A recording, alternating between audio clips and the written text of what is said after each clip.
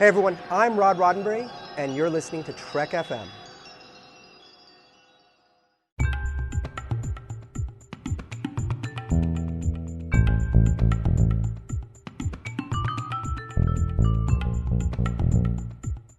Hello and welcome to Stage 9, Trek FM's show about the people who make Star Trek. I'm Mike. I'm John. And today we're going to do a audio commentary for what's considered by many to be the best episode of Star Trek written by Bryan Fuller, Living Witness. Season 4, episode 23, I think? Yes. Of Star Trek Voyager. But before we get into that, let's talk about some of the stuff that Bryan Fuller is working on now in the world of Star Trek, shall we? Yeah, it seems to have grabbed a few headlines. Star Trek Discovery, the new show, is slowly working its way towards principal photography, or whatever you want to call it. And at the TCAs, Bryan Fuller revealed a bunch of information about the new show. A couple things which are interesting to us in particular are the setting and the character breakdowns a bit. So yes. So this setting here is going to be, he says, about 10 years before Kirk's 5-year mission, which seems to be right around 2255-ish, which means that the Enterprise is going to be flying around out there with Captain Pike in command and, Lieutenant Spock as his science officer and all that good stuff. So who's to say that they won't encounter the Enterprise at some point and maybe even run into Prime Captain Pike and Prime Lieutenant Spock, who conveniently are almost exactly the same age as their Kelvin timeline counterparts are, in terms of real-world actor stuff. Yeah. That would be very cool. So maybe, we could have Bruce Greenwood and Zachary Quinto, and who knows who else. I guess Kirk is, like an ensign or a lieutenant or something on, the Farragut and stuff? Yeah. So you could theoretically do a little bit of crossover stuff here in a very weird and interesting way. I would be very interested to see them simply cast other members of the Enterprise crew from that time period with Captain Pike, but especially the old Doctor would be very interesting. Yeah, you could get the old Doctor. You could get number 1, of course. Number 1 would be great, although who could you possibly find to, go into the Majel Barrett role? Who could you? I think once you've recast Leonard Nimoy and William Shatner, recasting... Oh, I'm not saying that it's impossible. I'm saying that, I'm asking, who would you put in there? I already know, with it being a Fuller production, who I'd put in there. Okay, well, who would you put in there? I forget the actress's name now. My apologies, but the lead from Wonder Falls. Oh, okay. I'd have her in that role. Yeah, I forget her name too, but yeah, I could see that. And there is your Fuller connection. Mm-hmm. And for anybody who hasn't seen Wonder Falls, she was Will's friend who turned evil in season 3 of Hannibal. Yeah, so she's been in a number of Fuller productions. Yeah. Someone asked him, they're like, "What about Amanda Grayson, Spock's mom? You could get Winona Ryder to play her." And he's like, yeah, that'd be awesome. But yeah, you could get her. I mean, there's lots of people who you could theoretically tie in with. And I mean, someone who, last week we talked about this, but with sort of without the knowledge of when this show takes place exactly. But, apparently Fuller and Scott Bakula have talked about the potential of Bakula returning as, in this case, Admiral Archer. That would be so cool. He'd be much, much older and everything. And, like we said last week, Bakula was like, don't make a big deal out of this. It's not like it's a done deal or anything. We're just saying that if we wanted it to happen, it would be pretty easy to make it happen. you know? And as I recall, there were conversations with Nicholas Meyer that started around the same type of vein and turned into Meyer working on the show. So there you go, you know? There you go. Hey. So yeah, that could be interesting. The other thing which is interesting is that it is confirmed that the lead character is going to be a woman, and that she will not be the captain. She's going to be a lieutenant commander. I like that. I like it too, you know? I mean, is this going to be like Lower Decks the series? That'd be awesome. What? Why not? Well, I mean, the thing is, I think with a character who's not... we've seen enough people in the captain role. I think it would be much more interesting to see somebody who has... like, their storyline is a little freer. They're not as tied to the bridge as the captain needs to be. I mean, look at the difference even... I mean, yes, he still went away on away missions and stuff like that, and so did, Janeway and stuff like that, but look at the difference in the way Janeway and Picard were in that role as opposed to like a Riker or even a Paris, like somebody who can leave the bridge on a more frequent basis. So I like that. Yeah. I mean, there's this kid that I know who has just started watching Star Trek, like the original series primarily. And I was talking to him about this, and he's like, well, who would the equivalent be? In terms of like, it's not the captain, who would it be? And I was like, I guess it would probably be, taking into account the rank, probably someone along the lines of Scotty, or for Next Generation, like Data. Like probably not the first officer, but maybe like the second officer, Right. So that makes sense. That's interesting. That does give you a bit of leeway and stuff, and it allows you to see what's going on off of the bridge occasionally and that sort of thing. So that's cool. Yeah, it's exciting. I don't know. My guess of Tracy Tom's, I think maybe I'm still sticking to it because when it happens, I want to be like, oh yeah, I called it. But since she's a bit older, I think, especially since in a lot of things they seem to be skewing younger, I could see her as a captain, but I can't really see her as like a lieutenant commander because I imagine that the person who they would get would probably more likely be in their, late 20s or early 30s, whereas, Tracy Toms is a little bit older than that, Yeah. So, I don't know. But whatever it is, it's exciting. He says we're probably going to get more info in, like, October or something. I imagine that might be the next time they officially announce stuff, but if they're shooting in September, like, the trade magazines and stuff are surely going to find stuff out before that. Well, why wouldn't they make some announcements around the original air date?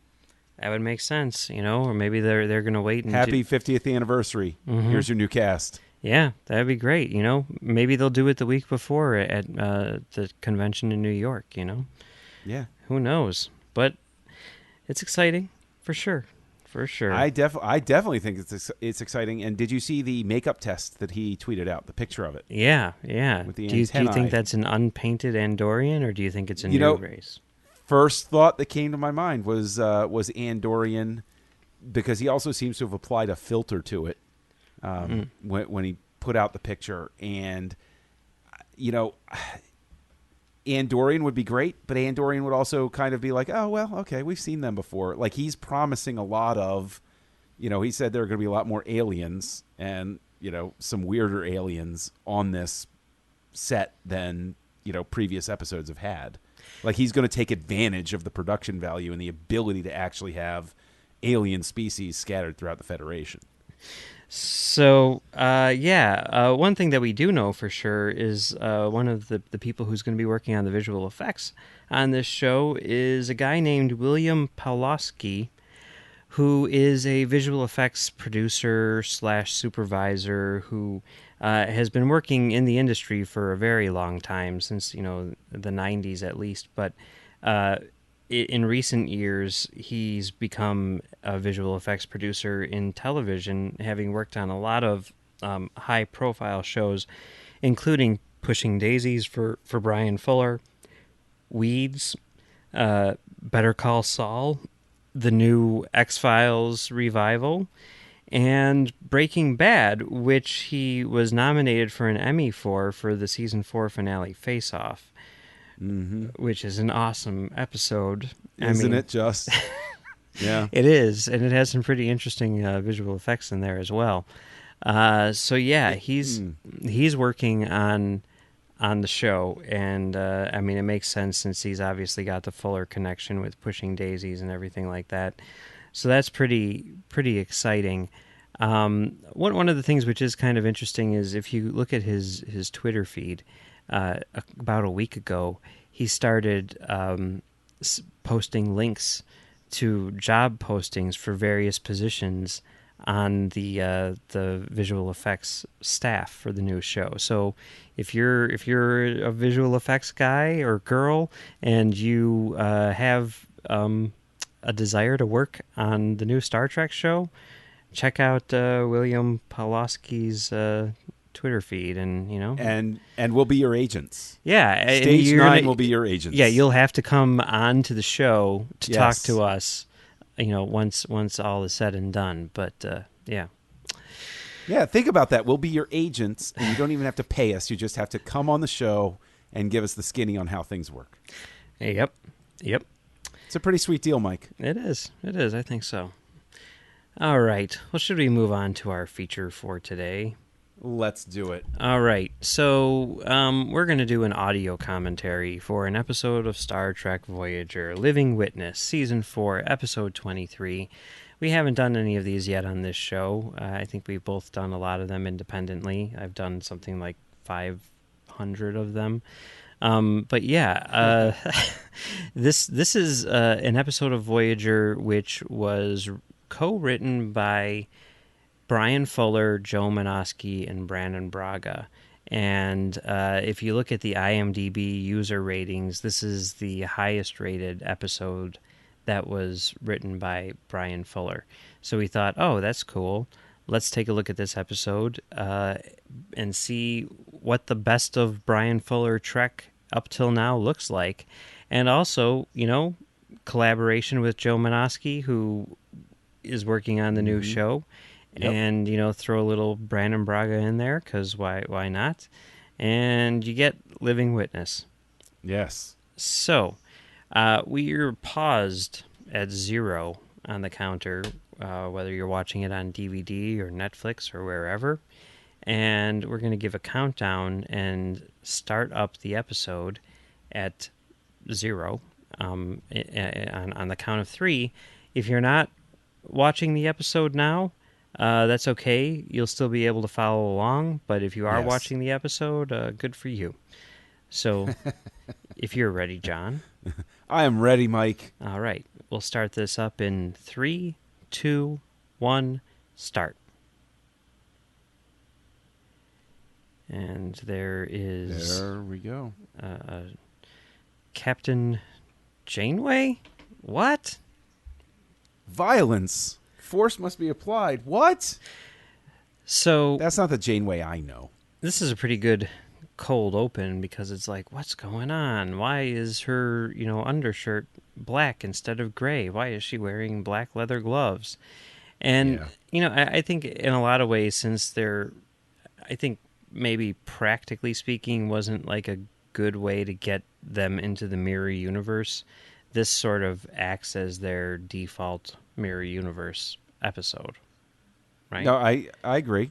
I mean, it's because the whole concept of the mirror universe is history, but a little bit different. Mm-hmm. And what's amazing is that I guess following in the tradition of Star Trek, all they do is they just put gloves on and change the undershirt, and it speaks volumes. I mean, think of how iconic the uniform is, that even a minor aesthetic change immediately conveys a complete shift in tone. Yeah. And I think that's pretty cool. I was going to say they gave Janeway a new haircut too, but I guess that really doesn't signify anything. An evil haircut, Mike. Oh yeah, this haircut's evil. And the lighting is also much darker, than usual.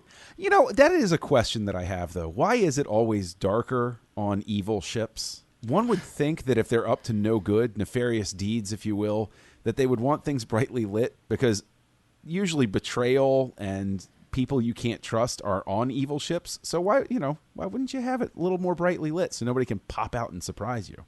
Just a thought. I think you might be thinking about it a little too logically.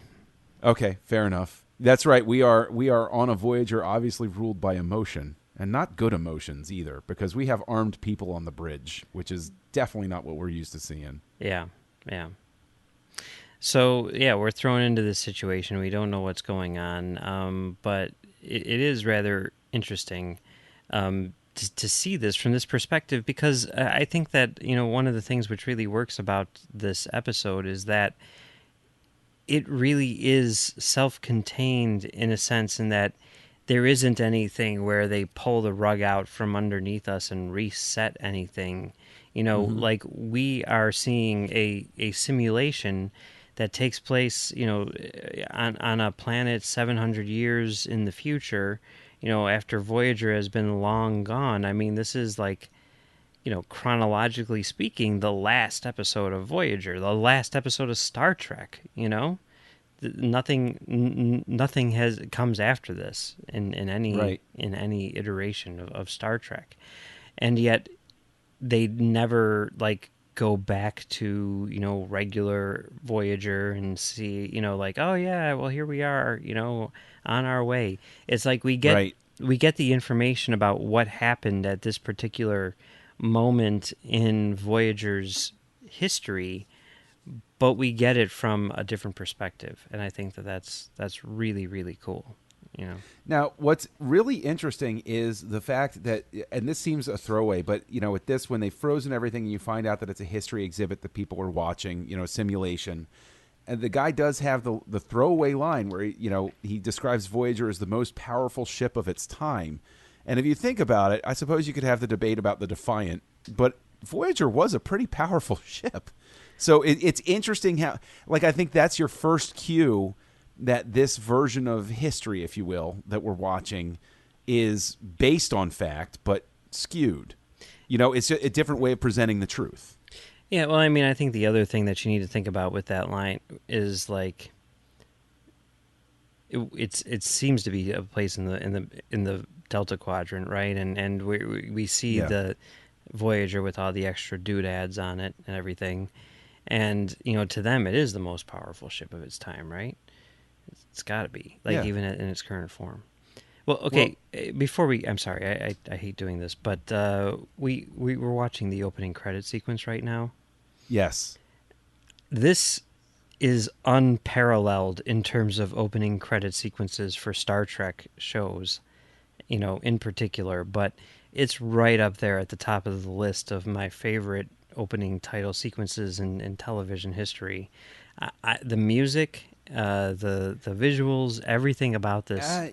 Have I ever told you the story about why I love the theme to Voyager probably the most of any of the TV series themes?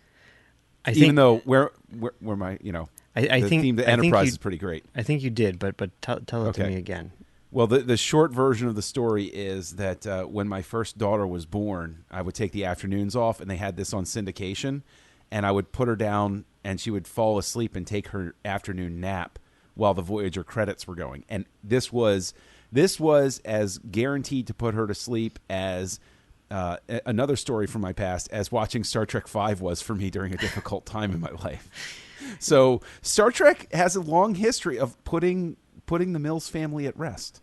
I can definitely see how both Voyager and Star Trek V could put people to sleep. Hey now.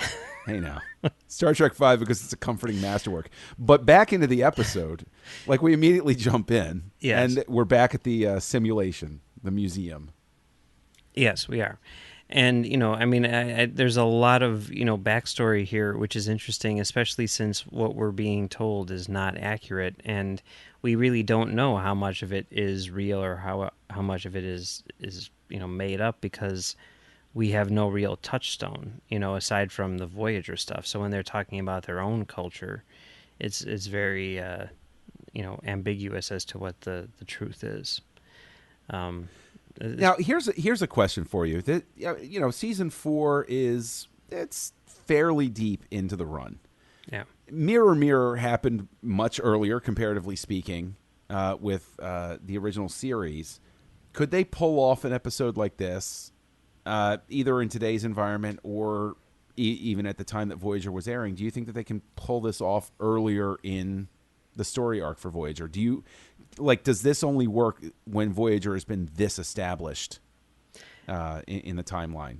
No, I don't think so. I think you could do this earlier in the run because Voyager episodes are, generally speaking, very self-contained, and it's like once you know, like, you know, they're on their way back home. I mean, especially in an episode like this, which really doesn't rely on any sort of character development aside from maybe the Doctor. It's more about, you know, what we see the characters, or how we see the characters portrayed, you know, that kind of thing, versus how they actually are. I think, you know, you figure that out fairly early on, just like you do with the original series, you know, and it's, you know who Tuvok is, you know who Kim is, and you don't need to have like elaborate backstories, you know, associated with these characters to know like that it's wrong, you know, it's right. They're bad. So I think you could do it early on. I mean, you don't? No, I was actually just asking out of curiosity. I agree with your assessment, but I don't know, I guess mentally I go back and forth where it's like I don't think that it wouldn't work earlier. I think that this type of episode is a payoff for somebody who's been with the show for a while. Mm-hmm. Like this is coming home and your wife has a new haircut, you know, for the first time in a year or two, and you're like, oh, well, that's a little different. Oh, yeah, you are as beautiful as I thought you. You know, like it's little differences. You know, as John Travolta might say, it's the little differences that stand out. And I think that as a result, a show like this pops more deeper into the run of a series. You know, yeah, and I mean that's definitely true. But I think, you know, there's a long history of sort of like alternate realities in Star Trek shows, whether it's them back on other planets or whatever.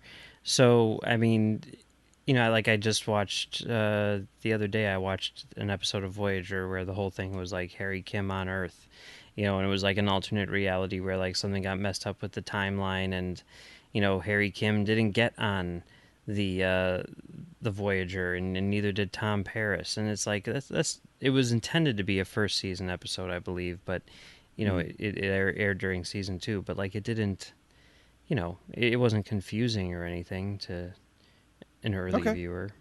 I don't know. Yeah. And here we have the typical torture scene, which you would find in a Mirror Universe episode. Or in, well, I mean, nowadays you'd find this is like an episode of 24. Yeah, no, that's definitely true. And I know I've said this before, but my friend Zach has a theory that 24 takes place in the Mirror Universe. I have not heard that before, but that's a pretty great theory. Yeah. I kind of love that theory. Sense. Like he said it like on a commentary that we were recording, and I was like, you know what? Brannon Braga, because like Manny Cotto and Brannon Braga, they all worked on 24, right? Yeah. So like I tweeted Brannon Braga. I'm like, hey, my friend has a theory that 24 takes place in the Mirror Universe of Star Trek. Can you confirm? And he's like, yep, that's accurate. And I'm like, all right, that's canon. It works now. It absolutely works. Well, the thing is that, and what's great about that is that gives you the opportunity with 24 then to, you know, I don't remember a nuclear bomb going off in Los Angeles. Oh, Mirror Universe. Okay. Yep. I don't remember hearing a story about a tiger getting loose from a zoo while somebody was recovering from heroin addiction. Oh, Mirror Universe. That makes sense. Yep. It works. It works for me. So yeah, the Borg drones. Yeah. How interesting a thought is that there would be multiple Borg drones? Well, because at this point, didn't they have like the kids who used to be Borg on there or something? Or was that later on, like Icheb or whatever his name is, and the other kids? I got to be honest, I don't remember. I don't remember. We need, you know what? We need to put a call out to the journey, to help us out. I'm sure Jerry Ryan was thrilled about having to wear the full Borg makeup again for this episode. Yeah. But what are you gonna do? Yeah, that's right. Gosh, oh my gosh. Do you think that she got like the script and like the details on the episode and just like talked to her agent? She was like, how many sick days do I have? How can I get out of this? It wouldn't surprise me. I mean, I guess that happens to everyone, sooner or later, whether you're turned into a weird alien thing, 1 week or whatever. But yeah. Yep. But at the very least, Harry Kim did not get promoted in this episode. Yeah, that's not true. even in the alternate history. That's true. So now we have the inevitable ruthless negotiation scene that is happening, which is, I'm going to say that the ambassadors who show up, I will say that their costumes are, in a sense, to me, vintage Star Trek. They look like something that would have walked right out of the 1960s show. Yeah, I can see that. So that's just how it pops to me. You can tell that they were sort of like getting towards the end of the run and running out of ideas for alien foreheads, because like yeah, the one guy, the lizard looking guy, I think that makeup looks great, right? But these guys with like the weird like volcanoes on their between their eyebrows or whatever, with like the little things sticking out of them. Yeah, that's a little sketchy, I have to say, and I'm not sure that I'm down with that.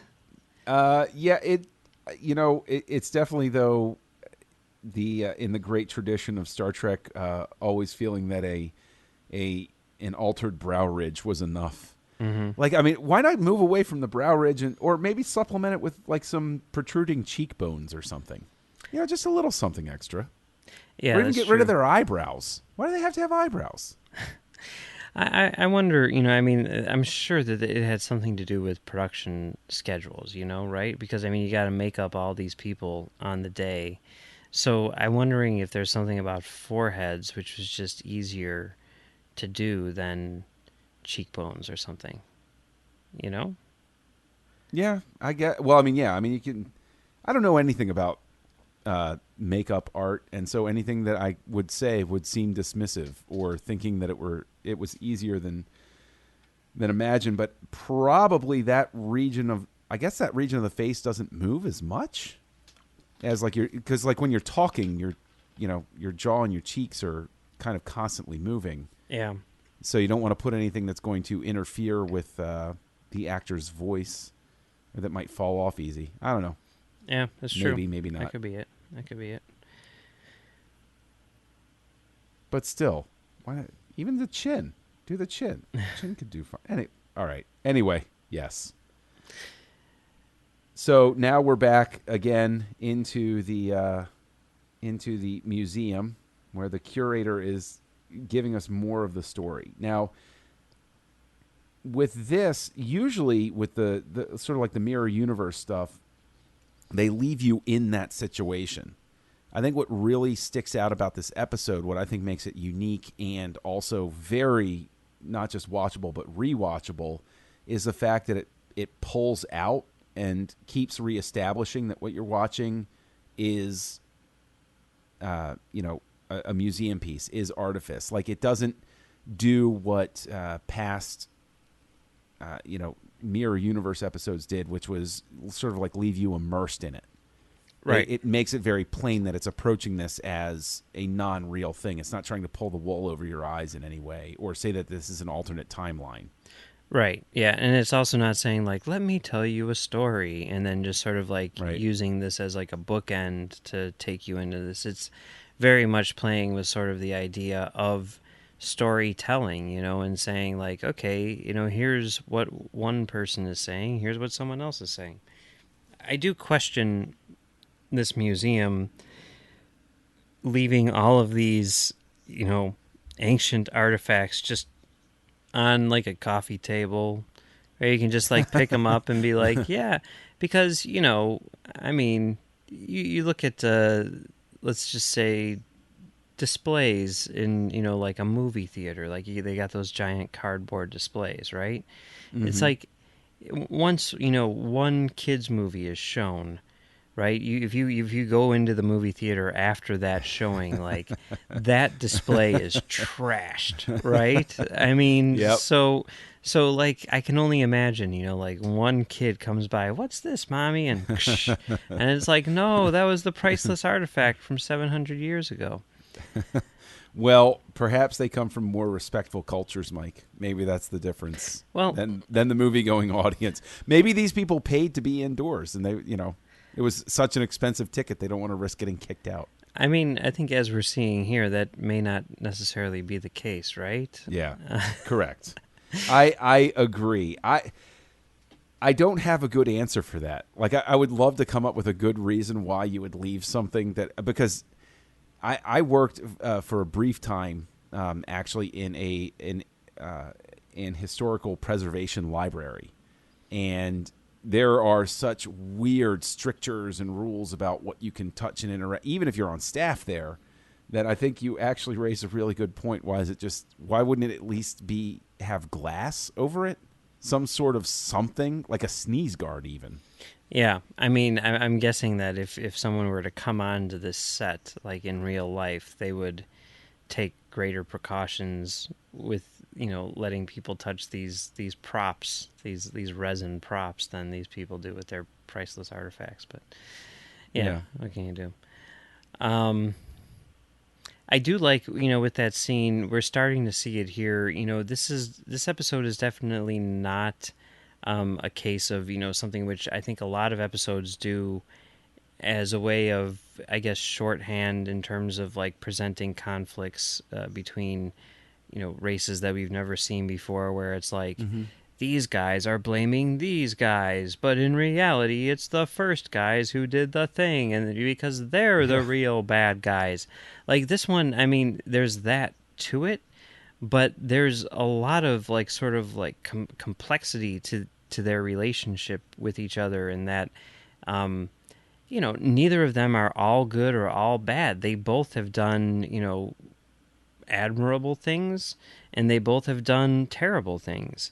And it's not a straight, like, good versus evil conflict. It's more of two varying races and two varying opinions.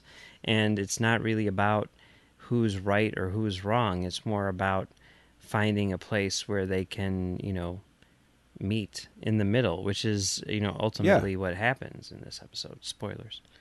Well, but I think that to speak to that point also is it very much addresses this idea of the people who are wrong about history, who are presenting history in a skewed fashion. Like the museum curator is not doing it. He doesn't have any ill intent. He is presenting simply what he believes to be true.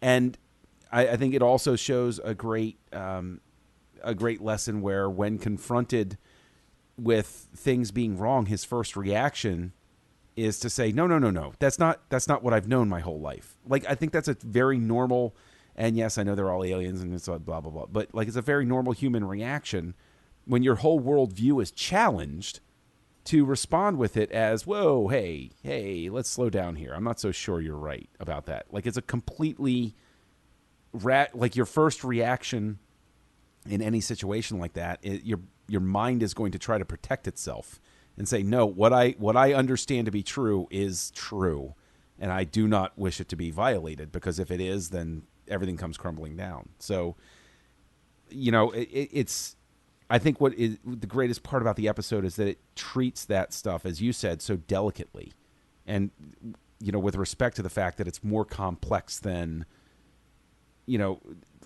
compare to the original series episode, with the one with Frank Gorshin. I always forget the title of it. Your mirror images of each other. Right. Can't you see the white that one? The white and black and the black and white. And I'm forgetting the name of the episode. I always say it's the one with the Riddler in it. It's the one. It's the one episode of the original series that Darren Moser has seen. Ah, well, there you go. Darren, give us a shout. Let us know what episode we're forgetting to name here. That's not true, but I always make fun of him for it. But yeah, I mean, you're right about that, and I think that it is interesting how they show that growth here with this character. Again, it's not like a one-dimensional character.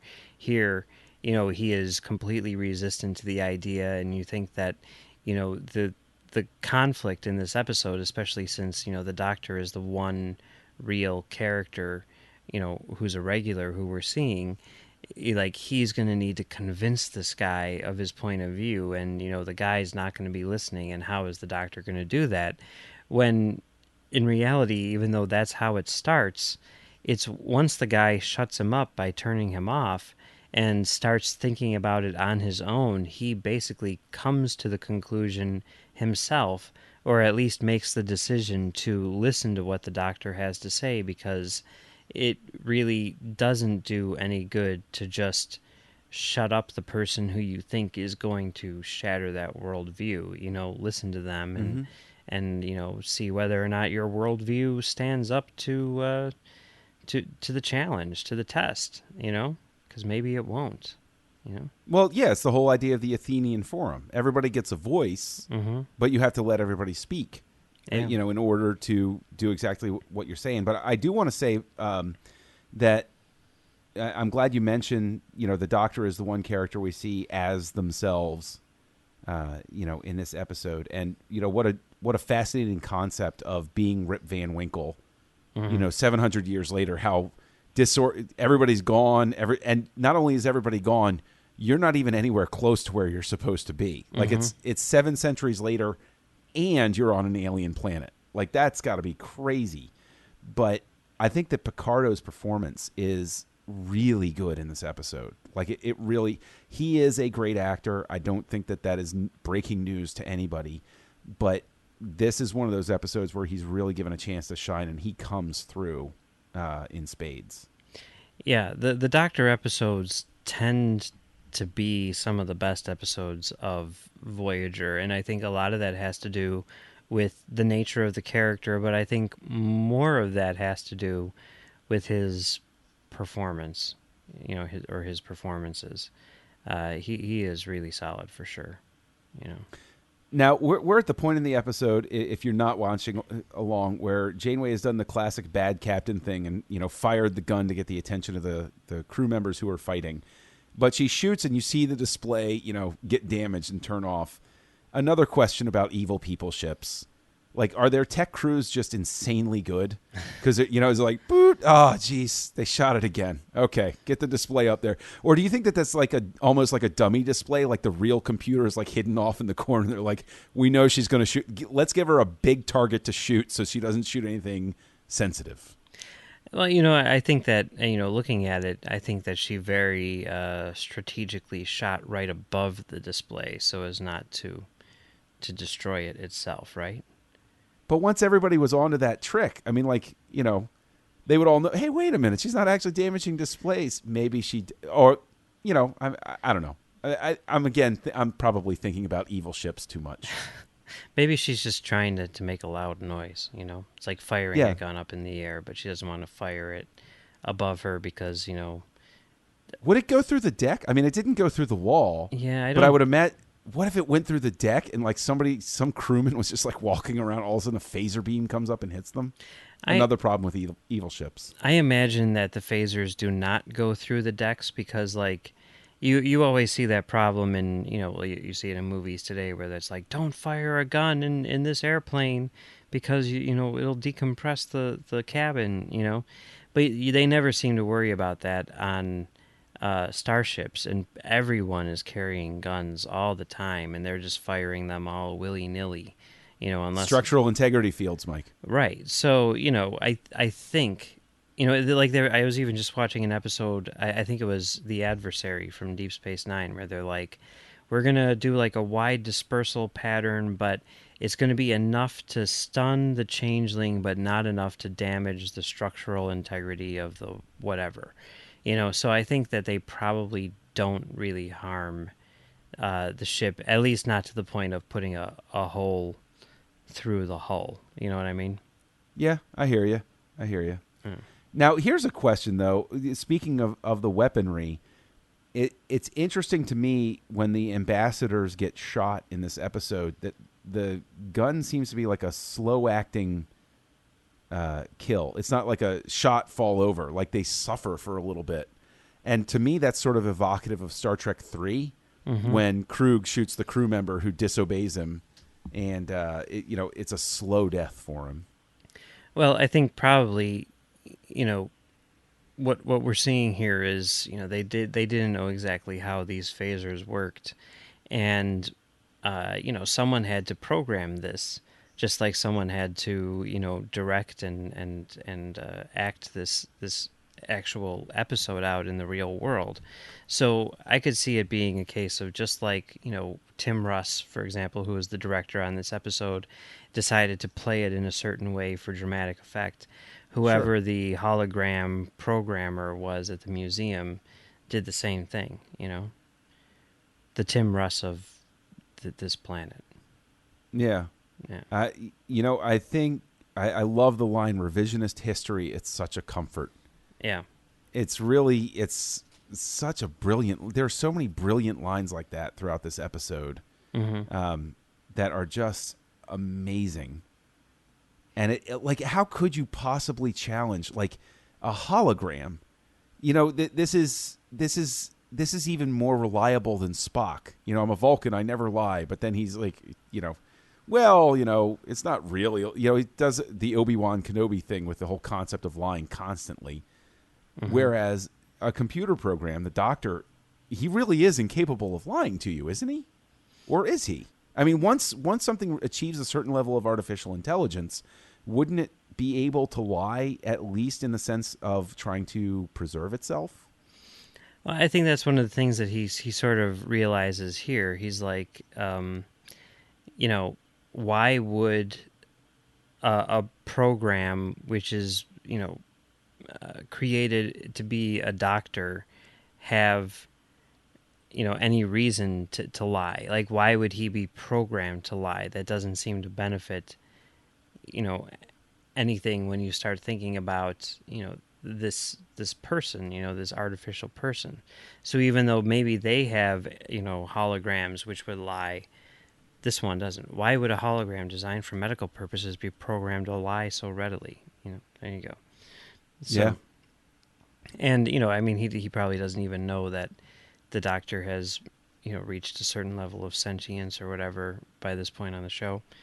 But, yeah, I don't know. It's Now, see, it's interesting there. Just great scene, with the curator, questioning himself, questioning everything. Why would a program be, why would it be programmed to lie so easily? But you'll notice the fallback of the very Star Trek, by this point after Next Generation, the very Star Trek concept of, hitting my recording badge on my shirt. Yeah. Why would this culture, an alien culture 700 years in the future, have anything approaching the same interface technology that, we're familiar with? Obviously it's visual shorthand because as the audience we understand. I get that part of it. But it's so interesting to me to see sort of how, the interface technology, that's almost a leap that nobody really thinks to take into account and say, oh, well, the interface would actually be probably different for these people.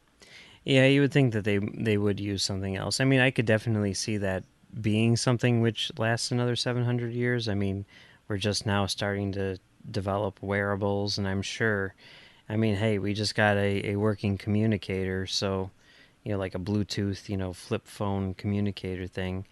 I'm sure that the wearable functioning, 24th century communicator will be coming to you from Think Geek next Christmas. You know what I mean? Well, I know, but it's so funny to me. And this isn't a dig at you, but like just in general, like we're sort of like so conditioned with like the communicator and stuff like that. Like I always, when I think of the communicator or it being cited as a technological, the sort of thing, I always think of Skyfall when he holds up the little radio and he goes, radio, it's the latest thing. It's like, it's a walkie-talkie. Yeah. It's really not that special. That's true. It's the network that we imagine that it can create, this big mesh network of everything. That's the special part. Yeah, yeah. I mean, the flip phone thing, like for years and years, I was like, I need a flip phone because that's what Captain Kirk has. You know, I insisted on it. When I had to switch to, you know, an iPhone, I was very resistant, and I spent a long time trying to find, and I actually did find a flip phone, which was made out of, you know, some sort of weird aluminum stuff that they used to make like the arch in St. Louis or something. I don't know what it was. It was some weird thing. And so you went in search of a drug dealer's phone just to be like Captain Kirk? yeah, well, at the time, everyone had them, you know? Oh, okay. I mean, to All me, right. like, the ultimate in cell phone, you know, design is really like the Razor, the Motorola Razor, you know? Not the Crazer? No. The Razor, not the Crazer. Yeah. Because the Razor's wide. The Crazer, if anybody forgets, was basically like the thinner. There was a little more, like it was a little bit thicker, but it was a thinner one. It was it fit in your palm a little bit easier. Yeah. But you like the Razor itself instead of the Crazer. Yeah, it's so iconic. I still have my Razor, Okay. but, you know, whatever. So, yes, I don't understand why they haven't made, like, an original series communicator case for, like, iPhones. It doesn't make any sense to me. Because I had this one that I actually won. I was, like, debating, like, do I get it? Because it was, like, expensive. And then they had one of those things where it's, like, retweet for a chance to win. And I'm like, oh, let me retweet. And then they're like, you won. I'm like, oh, yeah. And I used it, and I'm like, this is actually not very practical at all. But it sure looks cool. And you learned a special lesson, just like the episode Living Witness. Yes, that's true. That sometimes what you imagine is not quite the same thing as reality. Yeah, although looking at it, I'm like, you could totally make this work. You know, why don't they make this work? But what can you do? Yeah. You know, it's interesting to me because I want to ask you sort of like on the whole, do you think that everybody was successful in presenting the evil version of their character? And I know that that's tough because they don't appear as the evil versions through the entire thing. But do you think that the actors were successful in conveying a real difference? Could you really see a difference in their mannerisms or their vocal inflections or anything like that? I mean, Tuvok obviously is smiling evilly in his one scene and close up and everything like that. But, you know, would it have worked had they not changed the lighting? Would you have still been able to tell the difference between the versions of these characters? Yeah, I think they did a pretty good job, and I think the stuff that they give them to do, you know, really sort of helps with that. I think the only two people who don't really have things to do which make it blatantly obvious are Tuvok and, you know, I mean, well, like they say with Paris, like, well, he kind of was like that already, you know, which I thought was a funny line.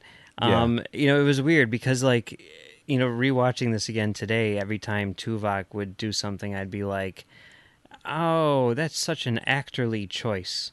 Like, that's a bizarre choice to make. I don't think that he quite understood what everyone else was going for. And then I was like, wait a minute. He directed this episode himself, so he knew exactly what he was doing and what everyone else was doing. But I think it was still maybe not the best choice, you know? But, yeah, I don't have a problem with it, really. It's weird because naturally this type of episode is going to be, even though it's dealing with some, you know, pretty serious subject matter, and even though these people are supposed to be evil, like anytime there's like a mirror episode or whatever, it's naturally going to be fun for the viewer because of the differences, because you're looking for the differences and you're spotting the differences and you're like, oh, hey, look how they changed that guy. Oh, hey, you know, it's fun seeing the evil version of Janeway and that sort of thing. But I think this episode does a really good job of sort of balancing that fun with this, you know, really sort of dense message, and it does a good job of presenting more than just a fun episode, you know? It works on a lot of different levels, you know, very, very well. It's a really great episode on the whole. I completely agree. Now, here's a question, though. It's something I'm thinking of here because the Doctor, as he's showing everybody, you know, the way history really happened and saying, here's the evidence. Here's where you can access the evidence. Here's everything. I'm not just trying to save my own skin. Why did it take them so long to, again, I know, unimportant, but why did it take them so long to decode his backup program module? Come on, man. Well, I think part of it was, the guy talks about how he's like, I've been trying to do this and I haven't really, figured out how to do it, but maybe if I go into the engineering program and use their tools, I'll be able to fix it. I don't really know how much sense that makes. But, they do say at the beginning of the episode, like, when he's talking to the guy who's like, how do you know that this is real? He's like, we just found a thing buried in the ground, like at 900 feet or whatever. So it sounds like they just discovered this thing, the backup module, fairly recently. It's not like they had it for like 700 years or whatever. And now I feel like a chump because I had forgotten that factoid. My apologies. No, it happens, Yeah. It's one of those things. I need to watch better. That's what needs to happen. But I still think it's a fantastic episode anyway. Yeah. And it is really interesting, just the fact that it graduates in this scene that we're watching right now into like the actual the venomous part of it. Like it, because the curator is the one, who has the journey where he says, okay, I'm going to believe him. I'm going to go with it. We're going to recreate things. We're going to show it to everybody. And then you start to see sort of it starts small with one person's mind changing and then represents it to show how hard it is. Like you can change one person's mind, but then to change an entire cultural perception of history is a whole different challenge. Like once you take to the next level, and that's where I think, for my money, that's where one of the places where the writing really, really shines in this episode is that it does that. It moves out in those sort of concentric circles where it starts off with the small problem and then it graduates to the bigger problem, so that you present the same argument twice in different contexts to show how it plays in both of them. Yeah. And it is so complex with the two different sides of the issue, and it's not like, because there's one side which is trying to protect their legacy, but at the same time, like, they're not the, dominant species in this particular pairing. It's the other side. They're the ones who are essentially fighting for the truth, but they're not the ones who are like oppressed, Mm-hmm. And it's almost like the oppressed people are the ones who are like trying to hold on to like the, one piece of history which they feel like, in a sense, I'm not going to say redeems them, but like it's very strange how like the two sides like clash, and like it's not the, let's say good guys are right and the bad guys are wrong, or these are good guys and these are bad. I don't know. There's a lot of, interesting stuff which is sort of built on top of this idea of what the truth is and whether or not it matters and stuff. Well, to get, I guess, all meta-treks about it, shout out, guys. I would say that maybe there's an interesting question being presented that, the resistance to it on the part of the, oppressed side would be, if this history that we've believed is not true, then our suffering has been for nothing. Maybe that's the angle that you can sort of look at it from, where it's like, I don't want this not to be true, because if so, that means we've really been screwed for several hundred years. Yeah. Like, that's really awful. Or we brought this upon ourselves. Right. Whereas like the other group, they're like, what you're saying is lies, but it's like they're not the ones like censoring what's being said. It's in fact the other ones. They're like, we want the truth to be known. You messed with us and we fought back and we won. I mean, it's interesting. I mean, there's just there's a lot going on there, Yeah. and it starts, what's going on here, which is this race riot, as the Doctor describes it, which is maybe not tremendously convincing in its execution, but whatever. But here, I mean, we have this thing where they talk about like what's going on, the protests and everything, and people getting killed, and the Doctor is freaking out about it because he sees himself as the one responsible, and his initial reaction here of just like, I'm going to delete myself because I didn't want this to happen, Right. I think that's really interesting. I mean, I think there's a lot of parallels to what's going on, now actually with this, where he's like, I just want us to go back to the way it was before.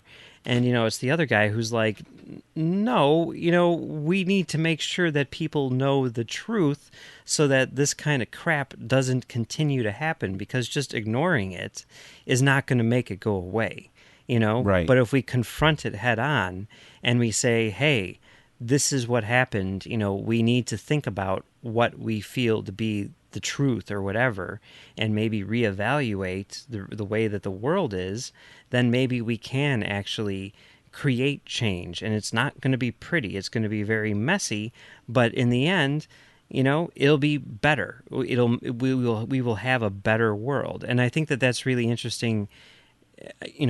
It's interesting from a philosophical, standpoint, but it's also interesting from a structural standpoint, especially the way that like Star Trek episodes usually work, because it's the Doctor, the main character, the one main character who's the one who's like, screw this, I'm out. And it's Right. the other guy who's like, no, you can't do that. We need to stand up for this and do what's right, and, create change. And then they do. So yeah, I think that's really cool. And this scene, just in general, I think is really interesting because, they do that last little twist where, coming up, we see that this is the simulation now, and we're even further into the future. And, I mean, here's the point where you think that they're going to maybe go back to Voyager and be like, oh man, that was crazy. I don't know how they would do that, honestly. I'm just shocked that they didn't, because it's like, is this the only time in Star Trek that they haven't done that? I mean, there's no other episode of Star Trek like this, where they do anything like this. Now we're even further into the history, into the future, Right. And it's just such a great, sort of like extra layer. It's like, Star Trek Voyager Inception, and it's pretty awesome how they do this. They still haven't learned their lesson. They're still keeping that freaking tricorder out on the coffee table. I don't understand that. I don't understand how fashions can't advance that much more. That's true. Just throwing that out there. That's true. But, they did get that nice picture, which I'm sure they bought from the creation booth at the latest convention. I'm sure you can still buy that picture, at conventions. Oh, yeah. Cast photo from whatever season. Yep. But yeah, it's an awesome episode, Naturally, I completely agree. There's truly great episodes of Star Trek remain resonant many years after they were aired. And this is one of the ones where, with regards to the entire run of every series of Trek, this is a standout. I would point to this one as, and everybody knows I'm not a particular fan of Voyager, but this is an episode where I would say if you want to watch essential Star Trek, this is this is part of the conversation for it. Yeah, and I mean, like, I'm not a huge fan of Voyager either. I do think that like seasons 4, 5, and 6 are very good, and but I pretty much, like, aside from the first couple of years, I pretty much watched them all straight through when the DVDs came out. I just watched them one right after another over the span of like a couple months, so they all just kind of blended together in a lot of ways, and I don't remember a lot of specific episodes from some points in the run. And when Bryan Fuller was announced as the showrunner of Disco, I went back and I looked at the list of all the episodes that he had done, and most of them I was like, I don't know what that is, I don't know what that is, I don't know what that is. And, going on to things like the IMDb or, Geos when it still existed, I guess. The what? Geos? Have you ever heard of Geos? I've heard of GeoCities. No. But not Geos. Geos is like the global episode something system, global episode rank. Basically what it is they've got a bunch of TV shows, mostly genre things, and they break each show down into its individual episodes, and then you can rank the individual episodes of every show. Not every show, but of a lot of shows. So sort of like Letterboxd, but for TV episodes. Sort of like that. I mean, it's more like the IMDb ratings, but just, it's almost exactly like that. But more than that, it's like the way it's structured. It's like, hey, here's a list of the top 10 episodes of Voyager. Here's a list of the top 10 episodes of Deep Space Nine, or whatever. You look at those and you get a pretty good idea of what, fans consider to be the best episodes of certain shows, just like on IMDb. And, Living Witness is the episode that kept on, coming up as the top rated episode that Fuller wrote. So, I went back and watched it, and I hadn't really remembered it. I kind of, vaguely remembered it, but, watching it, sort of intently with, the idea that this is the guy who's, making the new Star Trek show in mind, I was kind of blown away and thought, like if this were in Next Gen or something like that, it would probably be a standout to me. It probably would be one of my favorite episodes of the series or of the franchise. And, I'm kind of glad that, I was able to rediscover it through circumstance, Yeah. Yeah. So, yeah. Good episode, and excited that both Fuller and Menosky are involved in this new show for sure. Yeah. If this is any indication, we are in for some really good things. Yeah. Well, this is cool. We'll have to go in and maybe look at maybe Menosky's top rated episode in a while. Ooh, or something like that. I'm down with that, man. That could be fun. But in the meantime, it's been fun talking about Living Witness today, but that's not all we're talking about here on Trek FM this week. So here's a look at what you may have missed elsewhere on the network. Previously on Trek.fm, The Ready Room. Well, you can see the Vulcan ship design is reflected in the 24th century, and that's just mainly corridors. So that's pretty much what Starfleet adopts in future ships. The Orb. Yeah, I could move to England, and before you know it, I'd be singing hello and eating bangers and eggs every morning. So, and then you'd go back to America. You would make your Megxit, and it would be over. So. That's right. My Megxit. That's right. Matt is leaving Britain. Melodic Treks. But this was the album that when that electric violin shows up right in track 1 there, I literally tilted my head back, smiled, and went, yes. Saturday Morning Trek. What I had to assure the fans when I talked at the convention or conventions was this is not going to be a kiddie show. This is not going to be a baby show. We are doing Star Trek. And we were able to do Star Trek in some ways a better way, because we could have wonderful spaceships, we could have wonderful aliens, wonderful planets, and we still had good stories. And that's what else is happening on Trek.fm.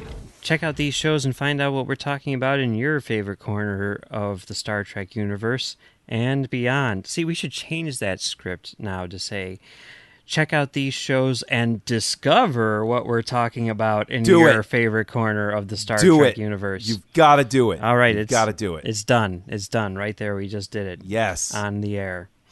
You'll find us wherever you get your podcasts.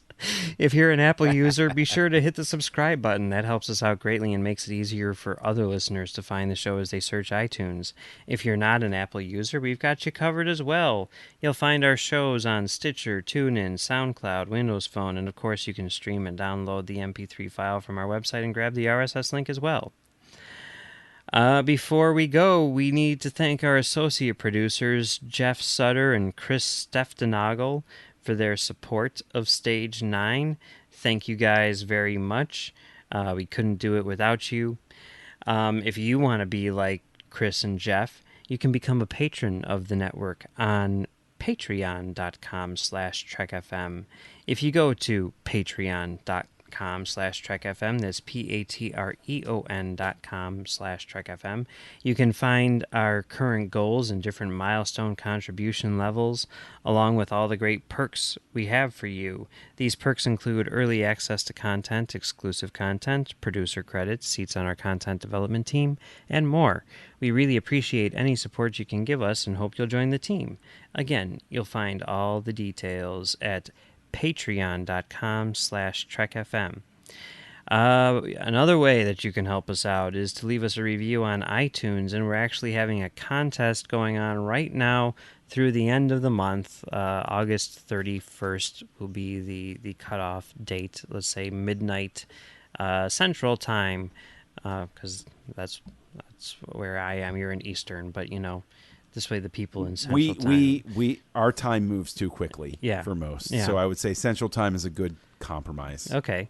So Central Time, August 31st, put in a review on iTunes, and you will be entered into our contest to win the IMAX Marathon exclusive Star Trek Beyond poster, which is a very, very nice full, one sheet size poster, and we would definitely appreciate that.